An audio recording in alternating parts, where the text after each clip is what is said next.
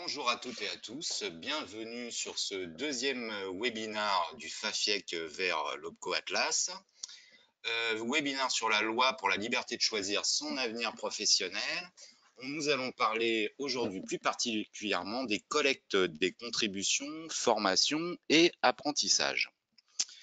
Alors, on va déjà vous proposer un petit rétro-planning des collectes contributions jusqu'en 2021, puisque vous savez que l'année 2021 sera marquée par le déplacement des collectes vers les URSSAF, donc qui ils vont prélever aux cotisations mensuellement via la déclaration sociale nominative, la DSN mensuelle. Jusqu'en 2021, la loi du 5 septembre propose que les OPCA qui ont fusionné en 11 OPCO en 2019 assurent la continuité de collecte de la formation professionnelle et de l'apprentissage, donc sur l'année 2019 et l'année 2020. Donc jusqu'en 2021, les OPCO vont réaliser sous forme d'acompte, alors acompte pour les entreprises de 11 salariés et plus, et puis sous la forme habituelle pour les entreprises de moins de 11 salariés, les deux collectes jusqu'à la collecte 2021 sur salaire 2021. On va vous proposer un petit planning des contributions à venir, quand même histoire d'éclairer un petit peu ce paysage sur les prochains 18 mois avant la mise en œuvre des prélèvements à la source de l'État. Donc, première contribution à venir, ça va concerner exclusivement les entreprises de 11 salariés et plus, et ce sera un acompte sur la collecte 2020, salaire 2019, un acompte de 75% sur la contribution formation professionnelle, donc les 1% formation. Donc cet acompte, en fait, il va concerner uniquement le 1%. On ne va pas s'occuper encore du 1% de CPF CDD si vous avez des CDD. Et le conventionnel non plus. Tout ça sera appelé au 2802 lors de la régularisation. L'année de salaire 2019, donc au-delà de cet acompte au 15 septembre pour les 11 et plus, c'est marqué par une année blanche sur la taxe d'apprentissage. C'est-à-dire que quelle que soit la taille de l'entreprise, il n'y aura pas de déclaration de taxe d'apprentissage sur les salaires 2019. Donc pas de 0,68% de la masse salariale, pas de 0,44% de la masse salariale pour les entreprises situées en Alsace-Moselle. La taxe d'apprentissage sur salaire 2019, année blanche, pas de contribution. Les seules entreprises concernées, ce seront les entreprises de 250 salariés et plus, celles qui sont assujetties ou éligibles à la CSA, la contribution supérieure à l'apprentissage, supplémentaire à l'apprentissage. Alors, qu'est-ce que c'est que cette CSA? Vous savez que c'est les 5% d'alternants nécessaires par rapport aux effectifs annuels moyens dans les entreprises. Au-delà de ça, on est éligible au malus. Donc, il y a des taux un petit peu en fonction du nombre de contrats favorisant l'insertion professionnelle au sein de l'entreprise. Au-delà de 5%, le malus se transforme en bonus et génère une créance qui sera déductible de la part hors quota de la taxe d'apprentissage. Pour les entreprises de 11 salariés et plus, on aura un solde des contributions formation professionnelle. Alors là, on prendra en compte le 1% de CPF CDD et le conventionnel en fonction des branches sur les salaires 2019 au 29/02/2020, donc avant le 29/02/2020. Donc là, ça fonctionne comme d'habitude. On avait l'habitude tous les ans avant au 28/02, avant le 1er mars de toute façon, de payer sa contribution de formation professionnelle continue et sa taxe d'apprentissage sur les salaires N-1. Alors c'est toujours le cas, sauf que là, il y a un acompte en septembre pour l'année 2019 pour les 11 et plus qui est calculé, qu'on va vous proposer sur les données que l'on connaît, c'est-à-dire sur la masse salariale 2018. L'acompte sera calculé sur la masse salariale 2018 et le solde s'appréciera sur les salaires 2019. On va vous laisser donc un petit temps quand même pour assurer vos masses salariales et nous les transmettre lors de la transmission du solde au 2802. Pour les entreprises de moins de 11 salariés, contribution formation professionnelle au 29/02/2020, comme d'habitude, ça inclut bien sûr le 1% CPF-CDD, je rappelle que ça remplace le CIF-CDD, plus le conventionnel en fonction des branches. Certaines branches ne proposeront peut-être pas de conventionnel. Pour la branche Bétique, bien sûr, vous avez deux taux, jusqu'à 49 et puis passer 50 salariés. Donc pour les entreprises de moins de 11 salariés, contribution formation professionnelle entière au 29/02/2020 sur les salaires 2019. Voilà.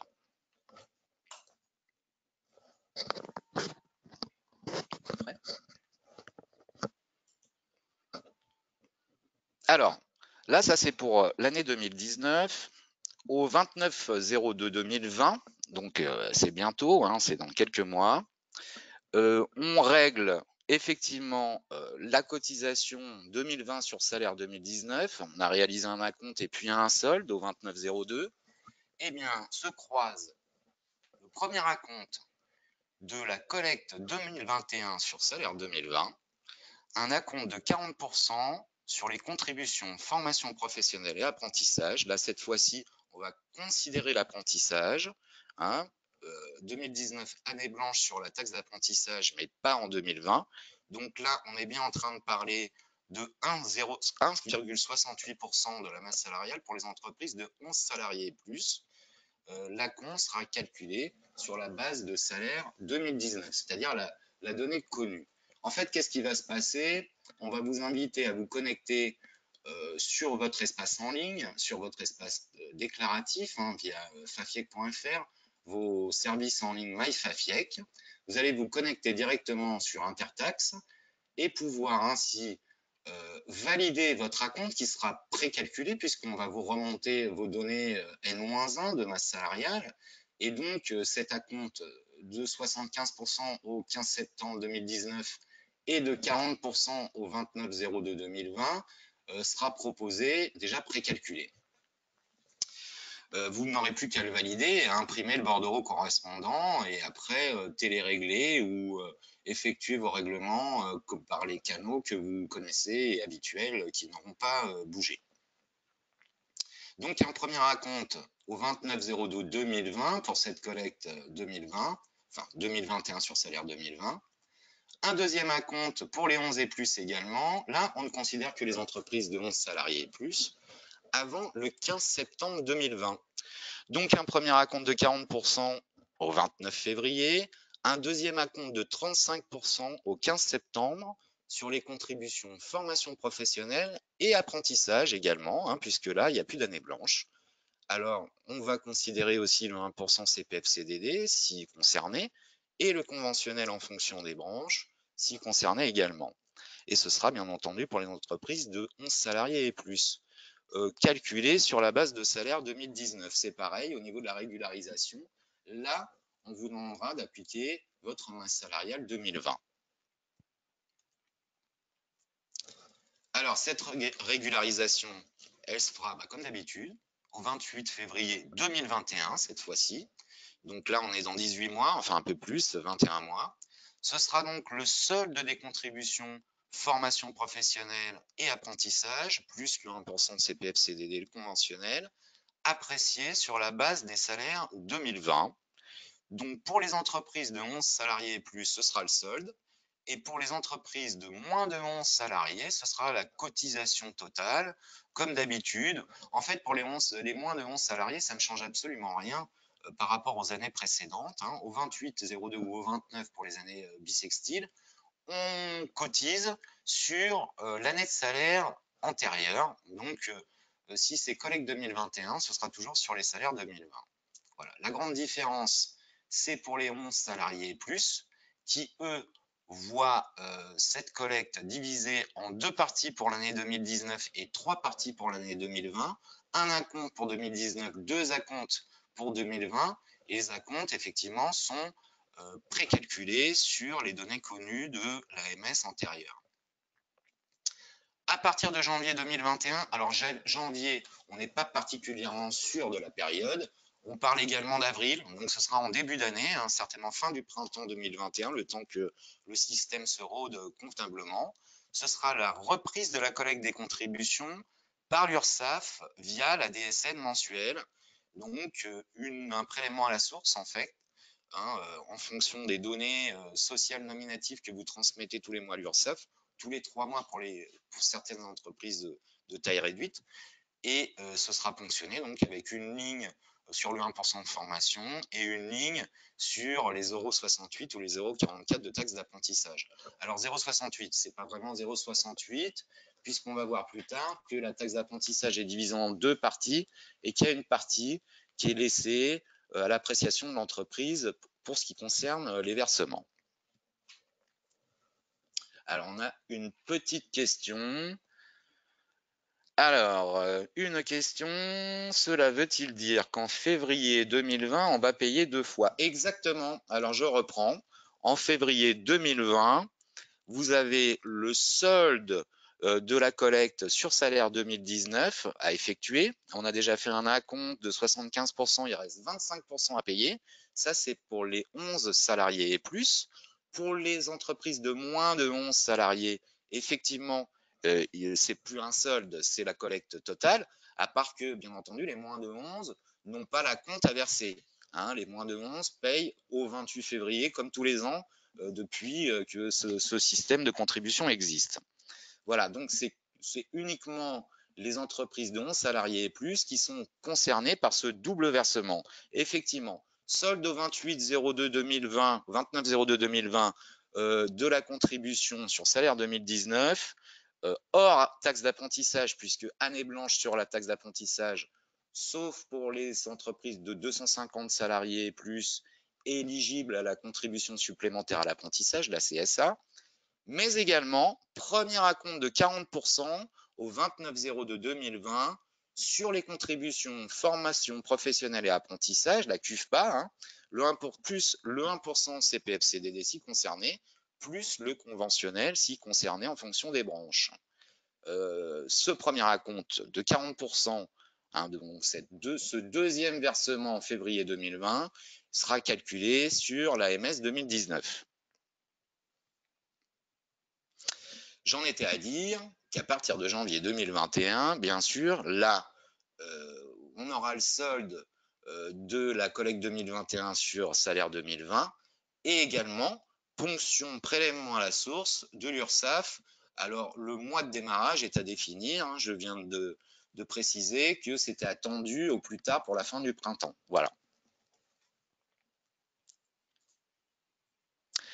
Alors, les taux de cotisation, par contre, ne varient pas. Sont toujours les mêmes, c'est-à-dire au niveau de la contribution unique à la formation professionnelle, c'est 1% pour les 11 salariés et plus et 0,55 pour les moins de 11. Et en ce qui concerne la taxe d'apprentissage, ce sera toujours 0,68 pour le régime de droit commun et 0,44 pour les entreprises dont le siège est situé en Alsace-Moselle, département du 57, 67 et 68.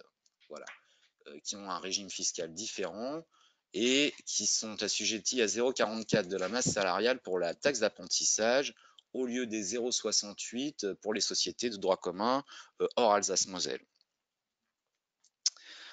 Donc, ça porte le taux global de la CUFPA pour les 11 salariés et plus à 1,68 si on a un siège d'entreprise situé hors Alsace-Moselle ou 1,44 pour les entreprises situées dans le Haut-Rhin, le Bas-Rhin ou la Moselle.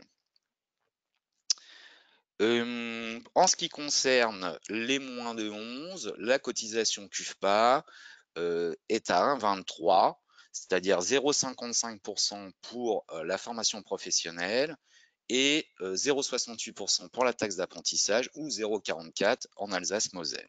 Hors obligation conventionnelle et 1% CPF-CDD éventuel. Je vous rappelle que le 1% CPF-CDD a remplacé le CIF-CDD. Petite précision quand même par rapport à ces deux taux de cotisation pour les plus de 11 et les moins de 11. Pour les plus de 11 concernés par la CSA, donc les 250 salariés et plus, la CSA qui était un malus bonus, lorsqu'il était malus, pouvait être historiquement reversé à des écoles proposant des formations en apprentissage, donc des CFA, des unités de formation par apprentissage, UFA, et des sections d'apprentissage d'université, les SA. C'est abrogé, donc cette CSA, cette contribution supplémentaire à l'apprentissage, devient un impôt direct, une ponction directe, et ne sera plus reversable vers les écoles. C'est très important parce que ça donnait historiquement potentiellement une enveloppe supplémentaire pour les 250 salariés et plus pour régler leurs problèmes de coûts de formation ou subventionner librement les CFA de leur choix.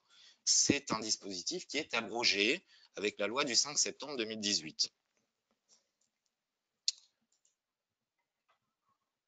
En ce qui concerne l'assiette de participation, c'est toujours la même. C'est pour ça qu'on vous la rappelle, mais c'est toujours la masse salariale. Alors, il y a une nouvelle définition, enfin une nouvelle façon de l'appeler.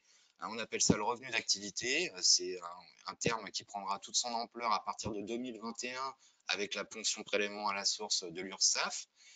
Mais la masse salariale, c'est l'ensemble des revenus délivrés à vos salariés, les revenus bruts fiscaux, et l'ensemble des avantages financiers de l'année. C'est transmis chaque année à l'URSSAF sur la base des données annuelles déclaratives sociales tous les 31 janvier. Donc ça ne sert à rien non plus de se demander ce qu'on met dans cette masse salariale et ce qu'on n'y met pas. C'est transmis aux instances sociales tous les ans, en début d'année, par votre comptabilité. C'est cette assiette qui sera à retenir. Je fais une petite pause pour voir si vous avez des petites questions quand même.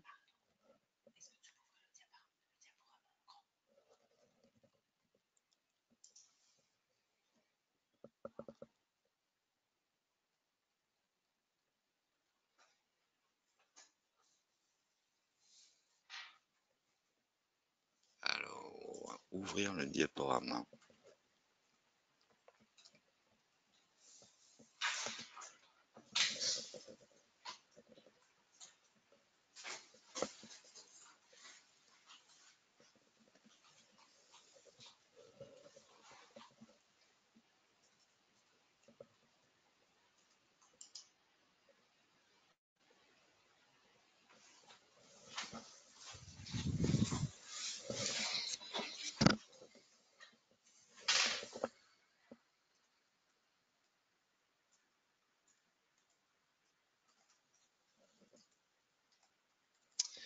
Alors, on a une question qui concerne la variation des masses salariales.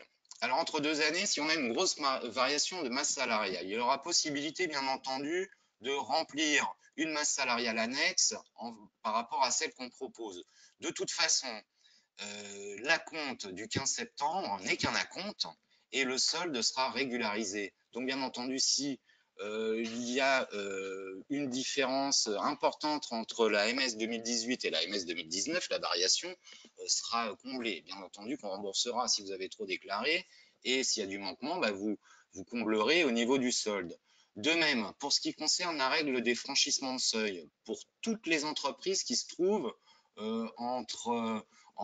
potentiellement dans ce cas de franchissement de seuil et particulièrement à la hausse ou à la baisse, pas d'acompte au 15 septembre, vous effectuerez votre régularisation au 29/02/2020. Ce qui fait qu'effectivement, ça peut pour certaines ne pas être 1%, mais 0,7 ou 0,9 ou 0,55 pour bien entendu un 11 et plus, qui serait en situation de lissage. Donc, l'acompte n'est pas, on ne va pas appeler les entreprises qui sont en situation de lissage pour l'acompte du 15 septembre. Rendez-vous au 29/02/2020 pour régulariser vos contributions. Voilà. D'ailleurs, puisqu'on en est là, pour déclarer vos contributions, régulariser vos contributions, un seul accès. Alors cette année, on va vers la dématérialisation totale. On va essayer d'éviter l'envoi de bordereaux et de rentrer dans le système zéro papier. Donc, On a essayé de communiquer avec vous sur cette nouvelle dispositif de collecte via des emailing, via des courriers quand on n'avait pas vos contacts. Bien entendu, nous vous invitons à créer le plus tôt possible un compte sur MyFafiec, sur fafiec.fr, bientôt Opco Atlas, puisque vous savez que les OPCA fusionnent en Opco et que Fafiec va fusionner avec Opca Baya pour construire Atlas, qui est déjà construit et qui va prendre toute sa dimension dans la deuxième moitié de l'année 2019. Donc, pour déclarer vos contributions, vous avez deux moyens.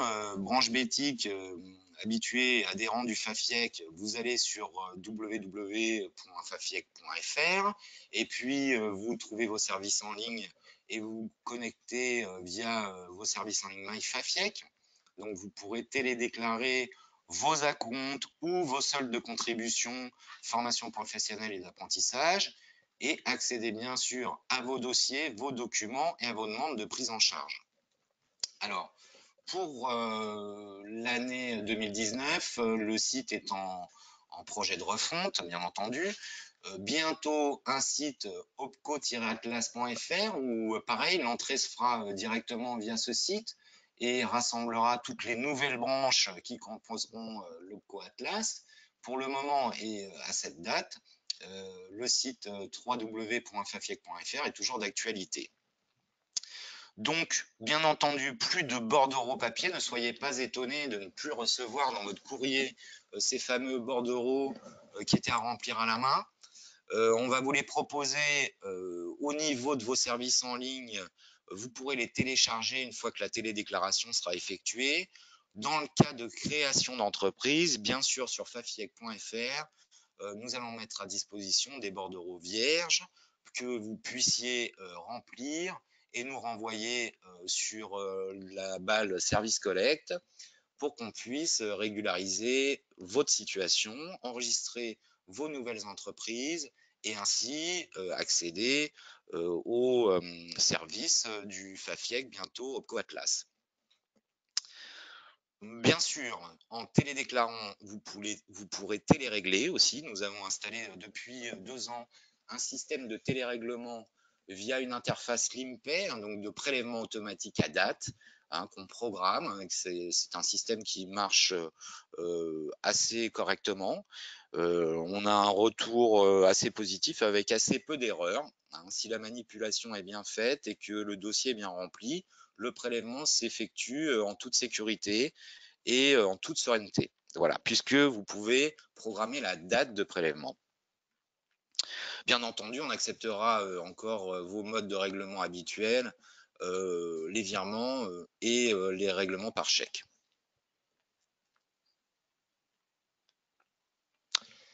Pour votre déclaration de contribution PUFPA, la règle de l'effectif annuel moyen a un petit peu évolué.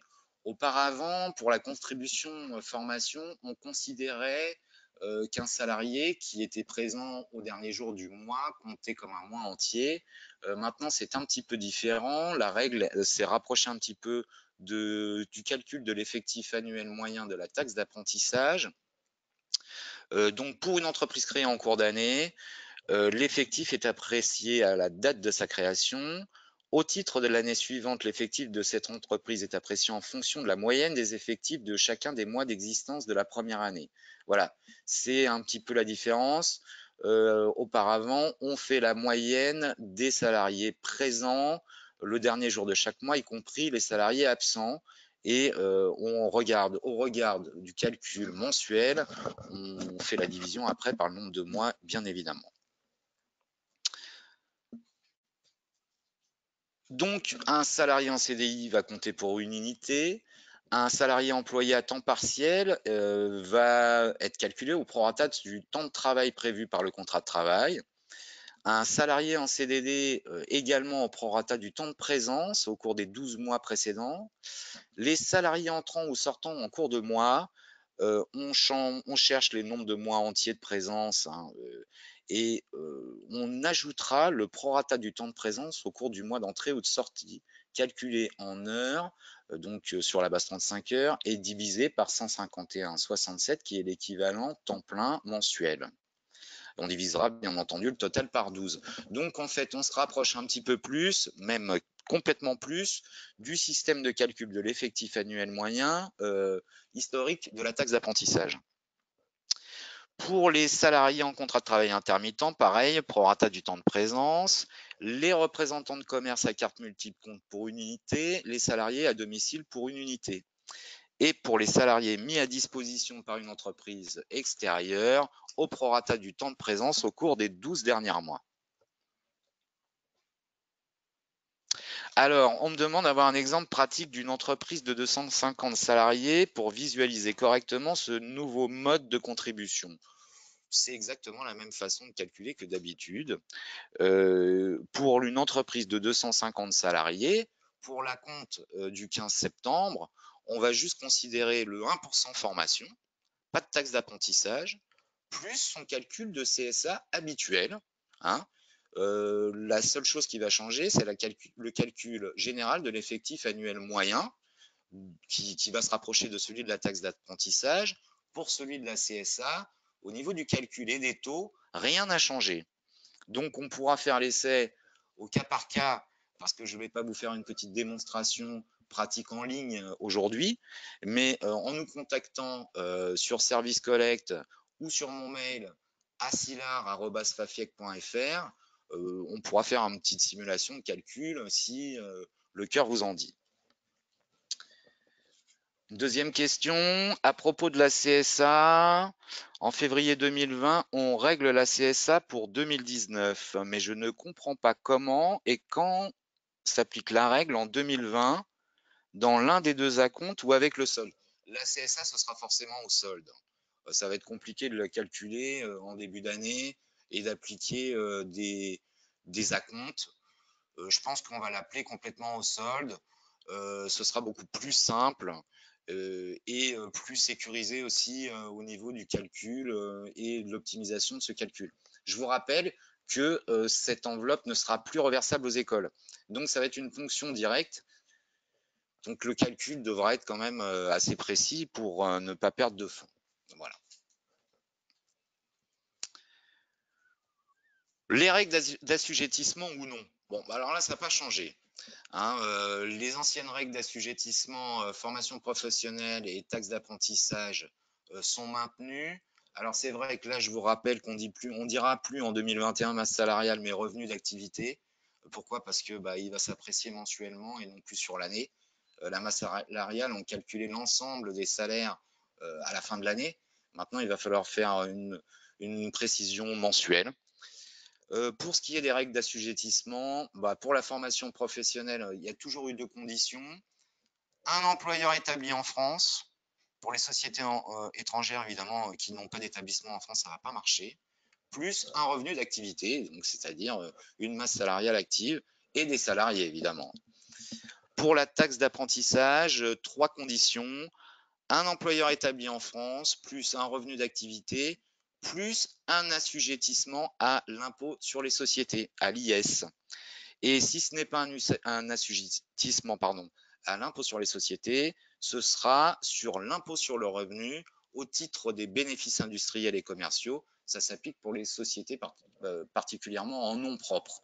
Hein, pour les sociétés en nom propre, on n'est pas imposé, on n'est pas assujetti à l'IS, mais à l'impôt sur le revenu si la société considère une personne. Pour les franchissements de seuil, c'est à peu près le même système qu'en 2016. La grande différence, c'est qu'elle ne s'applique plus directement sur 5 ans. C'est-à-dire que quand on revient en dessous du seuil ou qu'on redépasse le seuil, la règle des 5 ans s'annule. Il y a toujours bien les 3 premières années, quand on dépasse les 11 salariés plus la cotisation formation professionnelle reste fixée à 0,55 les 3 premières années. Elle est portée à 0,70 la 4e année, puis à 0,90 la 5e année, pour passer à 1% la 6e. La différence, c'est que à partir de maintenant, quand on change de taux ou quand on passe en dessous ou au-dessus des 11, la règle s'annule et on repart pour 5 ans quand on redépasse les seuils. Voilà. Alors, le grand changement quand même, c'est au niveau de la contribution de la taxe d'apprentissage, le financement de l'apprentissage. Auparavant, la taxe d'apprentissage générait 3 grandes enveloppes, 4 enveloppes, 5 enveloppes pour les entreprises de 250 salariés, mais 3 grandes familles d'enveloppes. On avait sur les 0,68 une partie qui était reversée au Trésor public, 51% de la TA, une partie qui se dirigeait vers les écoles et les formations proposées en apprentissage, la part quota, ça faisait 26% des 0,68, et une partie hors quota, appelée barème également, qui valait pour 23% des 0,68% de la masse salariale. Ces 3 grandes enveloppes ont disparu, ont été refondues. Donc au niveau de la taxe d'apprentissage, on ne fournira plus le Trésor public. Il y aura une partie qui sera considérée pour les versements en apprentissage et qui vaudra pour 87% de la part de la taxe d'apprentissage. Cette partie sera reversée par les OPCO à France Compétences et non plus au Trésor public, qui elle-même s'occupera de la redispatcher en fonction du nombre de contrats par branche, pour réaliser les paiements des coûts contrats, et une partie de 13% qui va être laissée à la main des entreprises pour réaliser des dépenses libératoires, donc des versements directs aux établissements d'enseignement vers des entreprises aux structures habilitées à percevoir cette part de la taxe d'apprentissage. Pour le moment, je n'ai parlé que des 0,68, et génère 2 enveloppes, mais il y a également la part en Alsace-Moselle, les 0,44 qui sont découpés de la même manière. À cela s'ajoute bien entendu pour les entreprises de 250 salariés et plus, la contribution supplémentaire à l'apprentissage à partir du moment où on est en dessous des 5% de contrats favorisant l'insertion professionnelle par rapport à ses effectifs annuels moyens.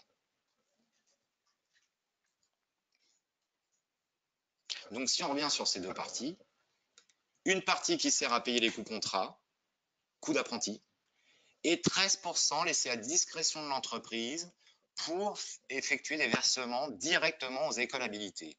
Donc si on a une question avec les 13%, est-ce qu'on pourra compléter les coûts d'apprenti? A priori, on n'est plus dans ce système-là, vu que les coûts d'apprenti, ils ont été uniformisés par branche au niveau national. Que s'est-il passé? Qu'est-ce qu'a demandé France Compétences aux OPCO comme travail? Sur un code diplôme, donc une formation d'apprentissage donnée, et ce, dans la France entière, le même code diplôme, la même formation aura le même coût par branche. C'est la branche qui a défini les coûts de formation de l'apprentissage par diplôme, et elle a considéré les diplômes avec lesquels elle avait des affinités. Donc, c'est-à-dire que effectivement, au niveau de la branche BETIC, on n'a pas considéré tous les métiers qui ne nous concernent pas, qui ne sont pas dans notre champ d'application. On a porté l'attention sur les coûts contrats des diplômes qui sont destinés à être embauchés par nos entreprises. Donc, c'était nos apprentis N-1, voire N-2. Donc, les déductions sur la partie taxe d'apprentissage, parce que ça subsiste quand même, bien qu'il n'y ait plus que 2 enveloppes de 87% vers l'apprentissage et 13% vers les écoles, on attend encore des précisions qui sont attendues par décret sur ces déductions possibles. Ce n'est pas encore très bien légiféré, mais on a des belles pistes déjà sur la part des 87% donc, qui vont être réservés à l'apprentissage. Évidemment, l'utilité première, c'est un reversement à France Compétences pour abonder les coûts de formation des apprentis. On a une possibilité, si l'entreprise dispose d'un système de formation accueillant ses propres apprentis, elle peut déduire une partie des dépenses relatives aux formations délivrées par ce service. Alors, à quel niveau? On ne connaît pas encore les précisions sur la part déductible qui sont attendues par décret. Et puis on pourra effectivement effectuer des versements libératoires destinés à financer le développement d'offres nouvelles de formation par apprentissage pour les apprentis de l'entreprise. Alors ces versements libératoires et le financement des développements d'offres nouvelles restent à définir. On attend de l'État qu'il définisse effectivement ce qu'il entend par nouvelles offres. Pour la partie des 13%, des 0,68, effectivement, il y a encore trois façons de déduire. Hein. Alors, par contre, plus de déduction pour frais de stage. On ne pourra plus déduire les conventions de stage. L'accueil des stagiaires se fera comme un accueil récurrent et habituel, mais on ne pourra plus déduire ces frais de la taxe d'apprentissage.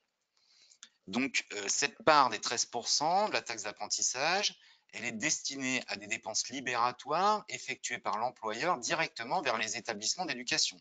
C'est-à-dire qu'une entreprise qui a des affinités avec une école en particulier enverra directement son chèque ou son virement vers l'établissement qui lui procurera un reçu ou un reçu libératoire pour le montant de ce versement. Ce financement peut être apporté sans intermédiaire, c'est-à-dire qu'il n'y a plus obligation de passer par un collecteur pour l'entreprise pour verser cette part directement vers l'école. Alors, il n'y a plus obligation, mais a priori, ce ne sera pas interdit quand même de demander conseil à son OPCO d'origine en fonction des listes qui peuvent être proposées. Si l'entreprise ne connaît pas non plus d'établissement pour verser, elle pourra toujours se référer à son OPCO et même certainement à des référents nationaux qui sont attendus par décret. Pour la liste des établissements, elle est d'ores et déjà fixée par décret pour ces grands axes. Hein, donc, qu'est-ce que ça comporte? C'est l'article L6241-5 du Code du travail de la loi 2018-771 du 5 septembre 2018, dite la loi d'avenir. Alors, qu'est-ce qu'on aura comme genre d'établissement éligible aux 13%? Les établissements publics d'enseignement du second degré, les établissements d'enseignement privé du second degré gérés par des organismes à but non lucratif et qui remplissent deux conditions, ou l'une d'elles au moins, être liés à l'État par des contrats d'association et être habilités à recevoir des boursiers nationaux. Les écoles techniques seront également habilitées, les établissements publics d'enseignement supérieur ou leurs groupements, les établissements gérés par une chambre consulaire, les établissements privés relevant de l'enseignement supérieur, les écoles de la deuxième chance, les établissements de services d'enseignement, une éducation adaptée, les IME, les associations fixées par décret et les organismes aussi figurant sur la liste récurrente établie par arrêté des ministres. Donc, c'est la liste qu'on connaît avec toutes ces associations qui s'occupent d'insertion professionnelle, d'handicap, etc. et de publics défavorisés. Voilà.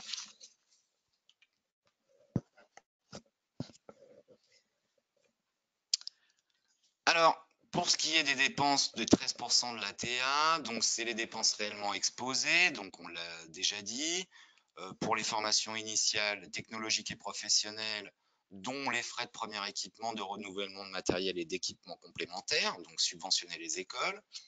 Les subventions en matériel versées au CFA, on pourra toujours verser du matériel, monétiser du matériel en versement en nature au CFA, versement en matériel.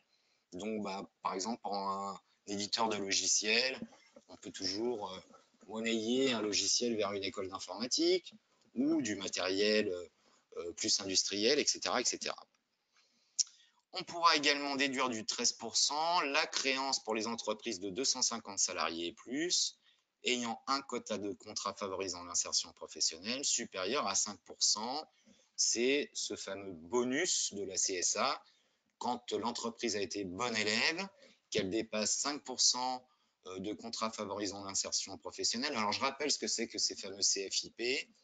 ce sont 4 niveaux de contrat, les VIE, les volontariats internationaux d'entreprise, les CIFRE, les conventions industrielles de formation par la recherche en entreprise, les contrats de professionnalisation et les contrats d'apprentis.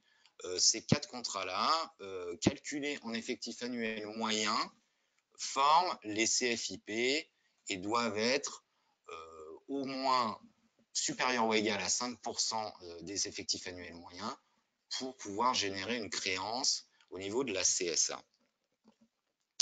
Alors, les formations technologiques et professionnelles, qu'est-ce que c'est? Ce sont celles qui, dispensées dans le cadre de la formation initiale, conduisent à des titres ou diplômes enregistrés au RNCP et classés dans la nomenclature des niveaux de certification. Ces formations sont dispensées à temps complet et de manière continue ou selon un rythme approprié, particulièrement pour l'alternance. Alors, effectivement, toutes les formations qui seront éligibles à la déduction de la taxe d'apprentissage conduisent forcément à un diplôme ou un titre enregistré au Registre national des certifications professionnelles. C'est donc bien un diplôme de formation initiale. C'est bien entendu pas un diplôme de formation continue. C'est-à-dire que ça doit concerner un étudiant. Voilà.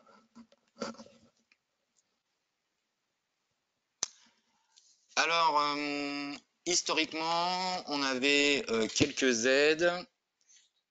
Ah, une petite question. On a plein de questions sur le coût de la formation. Ça tombe très bien. Le coût de la formation, c'est encore un sujet qui mérite que l'État se positionne de manière très précise.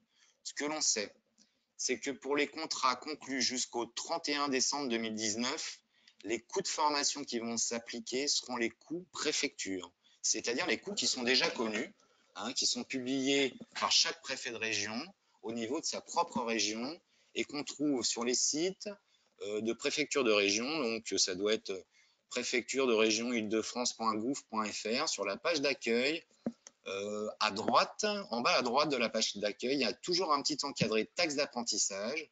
Si on clique dessus, on va retrouver les listes écoles 2019, 2018 et même 2017 des formations éligibles à la taxe d'apprentissage, et notamment si on cherche les coûts de formation des CFA, la liste des CFA ou des formations en apprentissage par région, on trouvera les coûts par code diplôme et par formation. Donc, pour ce qui est des coûts jusqu'au 31/12/2019, des contrats d'apprentis jusqu'au 31/12/2019, c'est le coût préfecture qui sera appliqué. Après, au niveau des branches, depuis l'année dernière, France Compétences a demandé à chaque branche professionnelle de se positionner sur des coûts contrats équivalents à des diplômes. Alors, comment ils nous ont réparti le choix des coûts contrats? C'était en fonction des apprentis qu'on avait dans différentes formations. Donc, pour ce qui est de notre branche, on nous a remonté, la DGEFP nous a remonté à peu près 10 300 formations sur lesquelles il fallait se pencher pour appliquer des coûts. C'est ce que l'on a fait. Donc, la politique de la branche a été d'essayer de laisser le moins possible de reste à charge pour les entreprises. C'est-à-dire que par rapport aux listes des préfectures, on s'est positionné sur la position haute des coûts et on a essayé de rajouter un petit pourcentage pour essayer de minimiser l'éventuel reste à charge par rapport aux coûts qui pourraient être proposés par les écoles à nos entreprises.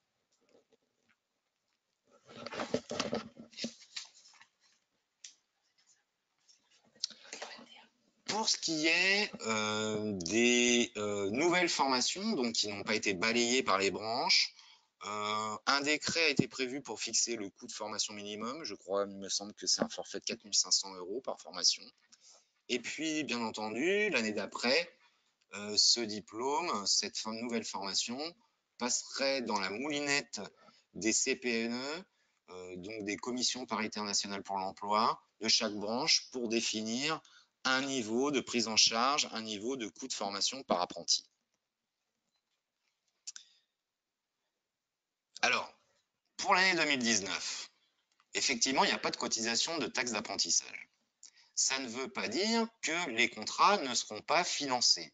ce sont les OPCO qui vont subventionner les coûts de formation par apprentissage, au même titre qu'elles peuvent financer les contrats de professionnalisation. La différence, c'est que maintenant, au niveau du contrat de professionnalisation, ça va se passer par forfait, et que les coûts de formation des apprentis seront fixés par les branches et validés par France Compétences, publiés par cet organisme. C'est-à-dire que ce seront des coûts officiels non modulables. Ils seront revus tous les 2 ans. Peut-être une autre question par rapport aux coûts?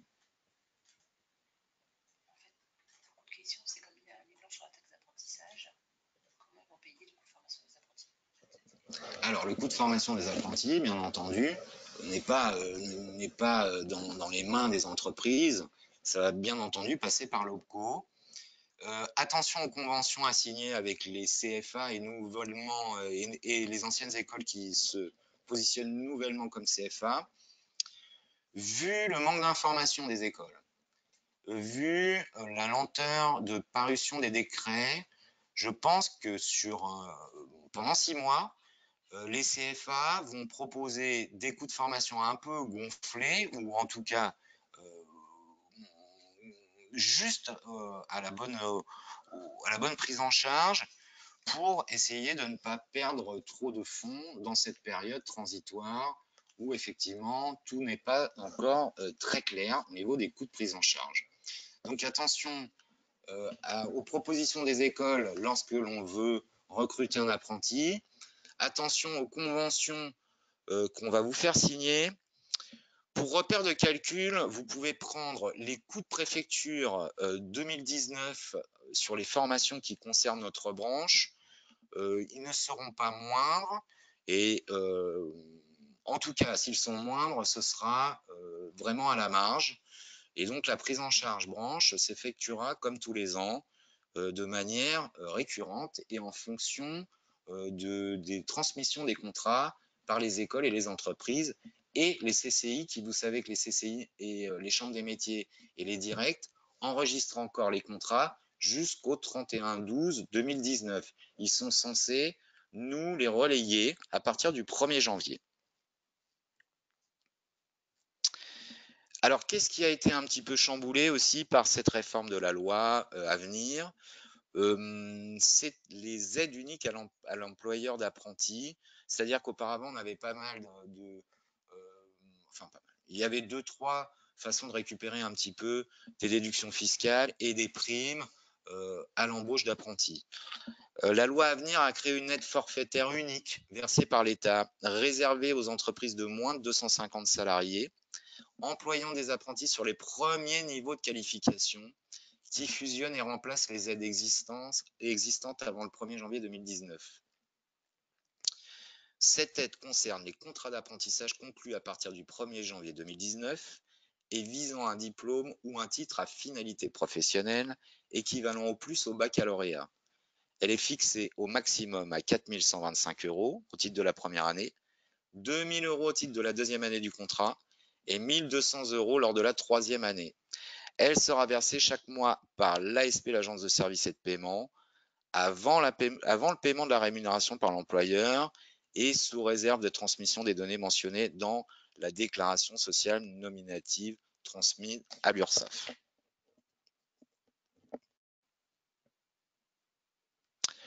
Le schéma du financement de la formation professionnelle et de l'apprentissage. Effectivement, maintenant, on parle de contribution unique, formation professionnelle et apprentissage. Le taux est unique. Les deux dispositifs sont encore assez séparés. Mais pour simplifier l'action des entreprises, l'État a imaginé une contribution à taux unique. Le taux, c'est 1,68 à partir de 2021. En fait, c'est plus particulièrement 1,60 parce que vous allez voir que la part des 13% qui est réservée aux entreprises pour les reversements aux établissements habilités à percevoir la partie de la taxe d'apprentissage est laissée à discrétion de l'entreprise. Donc, en fait, le taux global sera 1,68.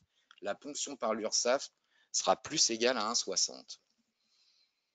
Cette L'URSSAF reversera directement à France Compétences qui va répartir les financements. Pour ce qui concerne les 1% de la formation professionnelle, la première enveloppe sera le Conseil en évolution professionnelle, les CEP. Après, il y aura le compte personnel de formation, dont le compte personnel de formation de transition. Ça, ce sera reversé à la Caisse des dépôts et consignations. Le plan d'investissement des compétences, le PIC, ça ira dans les caisses de l'État, les conseils régionaux, le pôle emploi et les autres acteurs de l'État. Une partie concernera le plan des TPE, des moins de 50 salariés, et une autre partie l'alternance, donc tout ce qui est contrat pro. Ça, ce sera reversé aux opérateurs de compétences, aux OPCO, qui géreront cette partie, le plan et l'alternance. Pour ce qui est de la partie taxe d'apprentissage, je rappelle 0,68 ou 0,44 pour les entreprises dont le siège est en Alsace-Moselle, département 57, 67 et 68. Pour 87% de cette taxe d'apprentissage, ce sera reversé aux opérateurs de compétences, aux OPCO, plus aux régions, pour gérer l'apprentissage, tout ce qui est coût de formation d'apprentis. On va regarder un petit peu comment ça va se dérouler par la suite. Et pour la part des 13% des 0,68 qui ne seront pas ponctionnés par l'URSSAF, c'est à la discrétion de l'entreprise de reverser directement cette part des 13% aux établissements d'éducation sélectionnés et habilités à percevoir la taxe d'apprentissage. Pour la part des 87%, pour la part reversée aux OPCO, aux opérateurs de compétences, pour payer les coûts de formation d'apprentis, comment ça va se passer? Cette enveloppe, elle va être mutualisée nationalement, et donc l'OPCO va redemander à France Compétences les fonds concernant chaque coût contrat. C'est-à-dire qu'une entreprise va nous déclarer 2 alternants, 2 contrats d'apprentis en nous fournissant les CERFA appropriés. Ils vont être déposés chez l'OPCO compétent. Puis cet OPCO va rapprocher le code diplôme à un coût de formation. Donc la formation par année a un coût de formation défini par chaque branche pour une année, un coût annuel moyen, et le reverser au CFA directement sous forme d'acompte. Donc 50% à réception du contrat sous un mois, et puis après 2 acomptes encore au prorata temporis du temps de présence de l'apprenti. Je ne sais pas si on a des questions un petit peu par rapport à ça. Alors, pour le financement du côté formation, donc des 1% ou des 0,55 en fonction de la taille d'entreprise, 1% c'est pour les 11 salariés et plus, 0,55 c'est pour les moins de 11, donc 0,55 du revenu d'activité, puisque là nous sommes en train de parler 2021, ponction URSSAF, prélèvement à la source, on ne parlera plus de masse salariale qu'on ne pourra pas calculer annuellement, mais qui sera reporté par mois, donc revenu d'activité. Ça va se découper de la même manière pour les 11 et plus comme pour les moins de 11. Une partie pour l'alternance qui sera via l'OPCO, une partie pour le développement des compétences, le plan des moins de 50 via l'OPCO, une partie pour le CEP, les organismes donc les organismes CEP, les demandeurs d'emploi, l'État, la région ou le pôle emploi, et pour ce qui est du CPF, la Caisse des dépôts et consignations ou le CPIR pour les projets de transition professionnelle.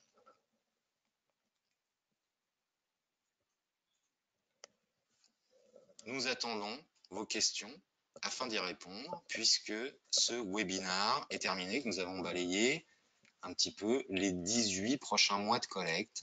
Donc, je le rappelle, un acompte au 15 septembre 2019, un solde au 29/02/2020 sur salaire 2019, solde pour les entreprises de 11 salariés et plus, mais cotisation totale CUFPA pour les entreprises de moins de 11 salariés, avec la grande particularité que sur l'année de salaire 2019, pas de taxe d'apprentissage, année blanche, pas de cotisation de taxe d'apprentissage, pas de 0,68, pas de 0,44 de la masse salariale, pour l'apprentissage. En revanche, pour les entreprises de 250 salariés et plus, calcul de la CSA, la contribution supplémentaire à l'apprentissage, redevable au 29, enfin avant le 1er mars 2020, au 29/02/2020.